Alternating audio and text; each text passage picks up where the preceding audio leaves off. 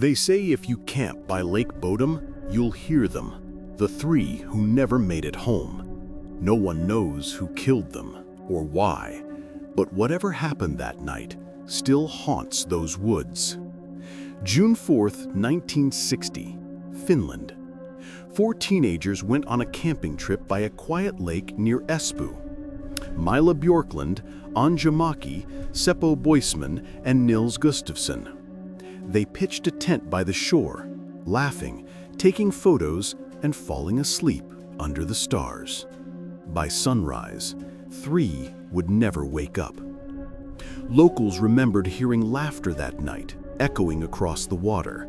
The lake was calm, the air perfectly still.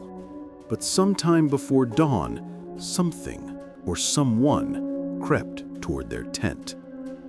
The thin fabric ripped open. A knife slashed through the darkness. The killer attacked from outside, stabbing blindly, brutally, without warning. No one nearby heard a thing. When morning came, a man walking by found their tent collapsed. Inside lay 3 teenagers, dead. Mila, Anja, and Seppo were tangled in blood-soaked blankets. Nils was barely alive, his face crushed, his jaw broken. His shoes were missing, later found 500 meters away, covered in blood. The investigation was a disaster. Police let curious locals walk through the scene.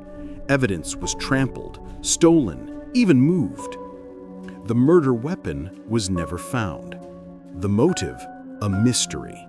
The case already lost. Rumors spread. Was it a jealous ex, a passing drifter, or something darker? Something that came from the lake itself. When questioned, Nils said he remembered nothing, but under hypnosis years later, he described footsteps outside the tent, the sound of fabric tearing, and a pale face watching from the dark. Then nothing. Decades later, in 2004, police reopened the case and arrested Nils himself. DNA evidence linked him to the crime scene. They said he snapped during an argument and killed his friends. But after trial, he was acquitted. The evidence wasn't enough. The truth, still buried.